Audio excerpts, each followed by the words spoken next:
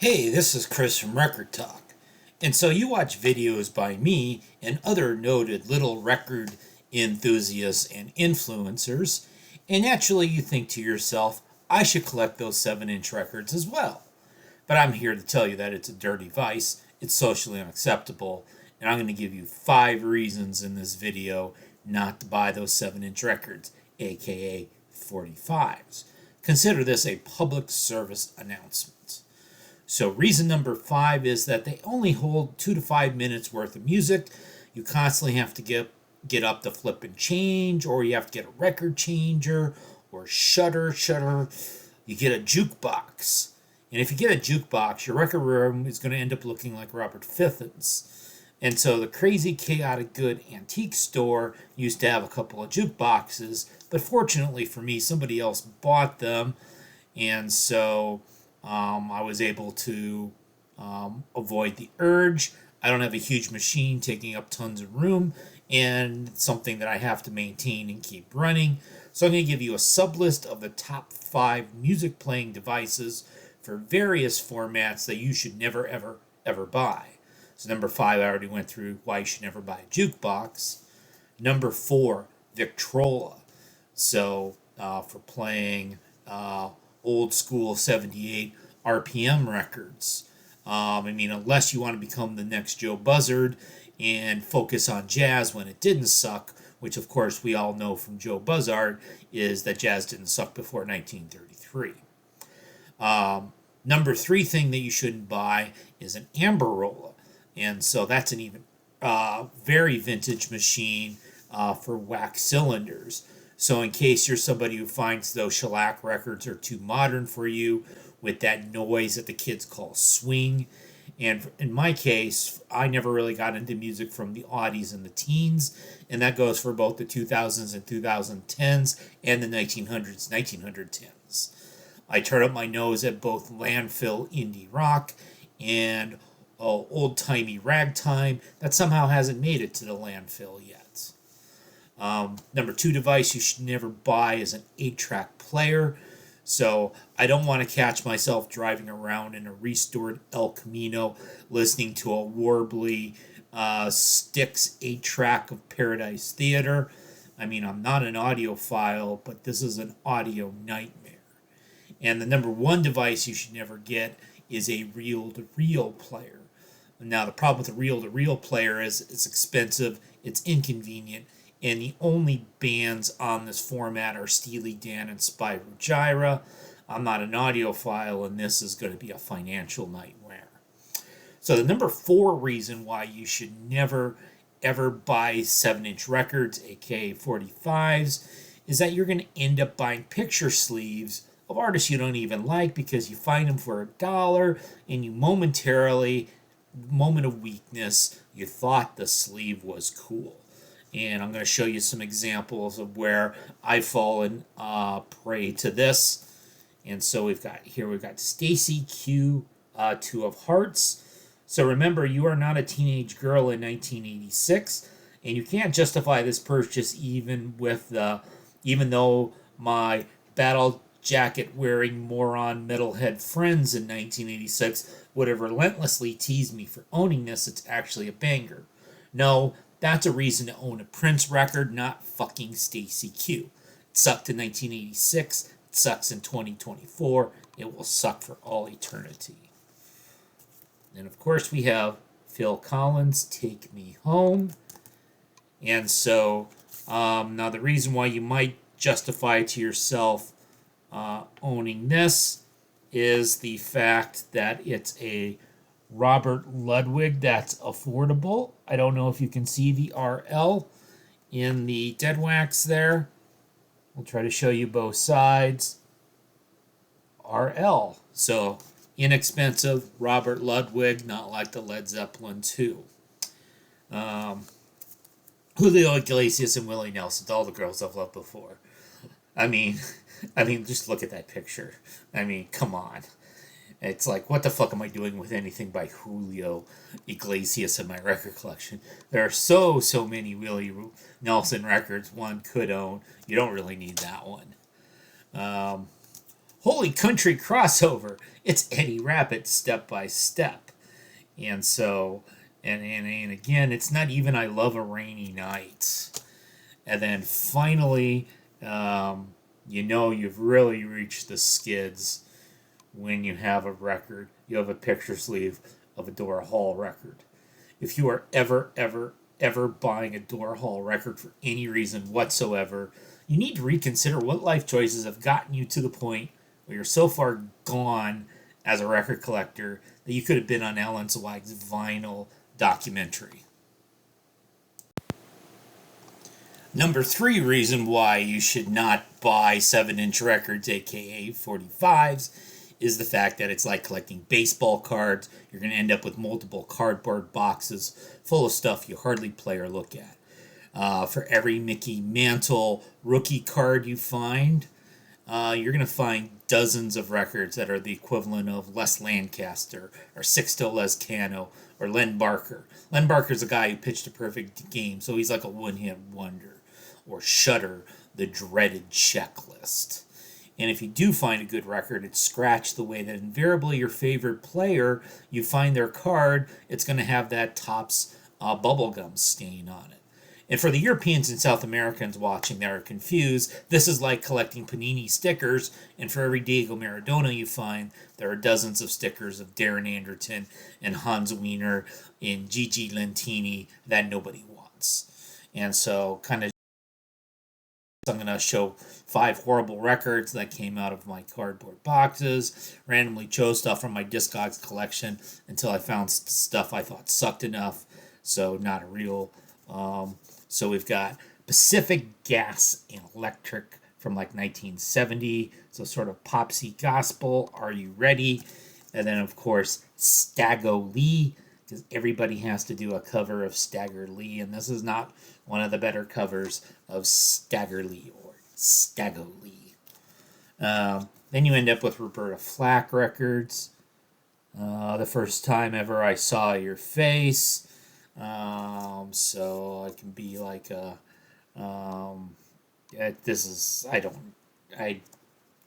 Franklin's fine. I don't need Roberta Flack. Sorry to the Roberta Flack fans.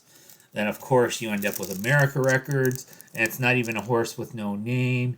You end up with Sister Golden Hair, and I guess this is Nick's record because it's got Nick's name on it. That's another thing you're going to end up with. All these dipshits wrote their names and put stickers all over their 45s. You're going to see 50, 60 years down the road. From the picture sleeve standpoint, again, okay, we've got Harold Faltermeyer, so some German disco producer nerd did Axel F theme, so there you go. And then, of course, the equivalent of the fucking checklist when you were collecting baseball cards. It's Juice Newton, Queen of Hearts. This is the fucking checklist of 45 record collecting. It's in every pack. It's in every box. It's in every bin. It's in every crate. So the number 2 reason why you should not buy 7-inch records, aka 45s, is you got to deal with the paper sleeves. So you're going to get records when you buy them. You're going to get them one of 5 ways. So one way you're going to get it is you're actually going to get the correct picture sleeve with the record. So here's an example. It's 1980s. This is going to be when you usually get these in the proper picture sleeve. Falco, Vienna Calling, A&M label from like 1986 or so. A lot of times you're going to be digging through stacks of completely naked 45s. So like Count 5 Psychotic Reaction here on Double Shoe Records. I just found this in a stack like this. And so now you've got to go and buy some sleeves to put your records in. So I had to buy, that's something else you got to buy. Sometimes they'll go ahead and they'll come in the generic sleeve, which the seller may or may not have written on. So, for example, here's a 1969 Jamaican press, a reggae record, Alton Ellis with Tumblin' Tears, and the Jawbreakers with Work It Up. It's on Studio One or Coxsone. This record is literally in such bad shape that the label's pretty much worn away. It's in pretty rough shape, but it's a pretty desirable record. that for some reason I bought even in this condition. And so you're going to run into stuff like that. Now there's what we call the company or manufacturer sleeve, which isn't a picture sleeve, but it's a sleeve made by the company. Sometimes you're going to get it from the right time period. I think this is from the right time period. So here's an RCA Victor sleeve used in the late 60s, early 70s. And then there's this, I think this is a 1971 song by Porter Wagner and Dolly Parton, Two of a Kind. Better Move It On Home on the other side. Sometimes you're going to run across records that are obviously in, it's the right company, but it's the wrong era. So I've got this Johnny Cash promo of Daddy Sang Bass from 1968. He turned the water into wine on the other side. It's in this Columbia picture sleeve. This is what the Columbia Company sleeves, looked like in the 1980s. So it's the wrong era. And then sometimes it's not even going to be the right company. So we've got this Hot Biscuit Disc Company, A Little Rain Must Fall by the Epic Splendor that I showed in my Rain video recently. It came in this pretty cool looking sleeve of GSF records. And I looked up GSF records. They briefly existed in like the early to mid 1970s. So too late obviously this isn't the right record for it. And looking through my Discogs, I don't actually have anything by GSF records in my collection. And finally, the number one reason why you should not buy 7-inch records, aka 45s. Now you might have sat there and you were going, well, you're an idiot. You were focusing on mainstream records. You should focus on punk and indie. Okay, so let's see what happens if you focus on punk or indie. You leave all that pre-1977 trash behind, besides any earlier record that you happen to like. So anything you like that's before 1977, you just say it's like proto-punk or garage or whatever. Even if it's like Surfin' USA, it's proto-punk.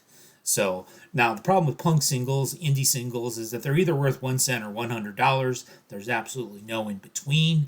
And another problem is if you're digging in like thrift stores and antique stores, antique malls, nobody's putting out boxes of punk singles for $1 or less in musty old cardboard boxes, the way that they're doing that with like old pop records and old classic country records. So you're left with the following options for obtaining them. So one possibility is buying on Bandcamp direct from the bands. You of course need to make sure that the band is pre-approved of by a punk rock influencer like Vinyl Richie or Dead Wax 66 or Ryan Kidd to avoid embarrassment on your part. I happen to know that the Schizos are an officially approved band for you to be buying records of. So I've got a Schizos record. Now you can try to go the economical gambling route. You can blind buy cheap 7-inch records of unknown bands from Discog sellers. So find the cheap shit and find stuff that attracts your attention. So here's like Indonesian punk Haramara. We Are All Broken. And so it's got a lot of your punk rock tropes. It's got cool labels, cool picture sleeves. It's on colored vinyl. And there's tons of songs on the same record. It's actually a 33 RPM record, not a 45 RPM record. That's something you're going to get into with the punk and indie singles, is eventually they're not going to mark what speed to play it on, and you're going to play it at the wrong speed, or you're going to be unsure whether you're playing it at the wrong speed or not. You don't have that problem when you buy mainstream records. So now, of course, everybody wants records by the Misfits and the Dead Kennedys and the like, but the originals are so expensive. So, of course, you can buy reissues of your favorite records by your well-known bands. There you go. You can do that. Or along the lines of buying the cheap records, blind buying them from the Discog sellers, where you actually at least do know the name of the band and could have tried to listen to the song. You can completely buy mystery boxes from record companies. So you can get all of their records that were so popular that they still haven't sold out a run of 300 records from 15 years ago. So like you can do like Slumberland or K Records or the like. So this is more indie than punk. You got Tender Trap. Do you want to be a boyfriend? So this is oh so indie because it's oh so cute and oh so twee. And you can go to myspace.com/tendertrap and learn all about Tender Trap. And of course, it's on cute white vinyl.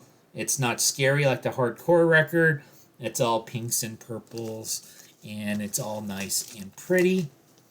And then the final thing you can do is you can just buy stuff at Half Price Records that looks cool. So of course I used to have the Stonewall Averman Dusty Rhodes one that I've featured in other videos that has gone away to somebody else.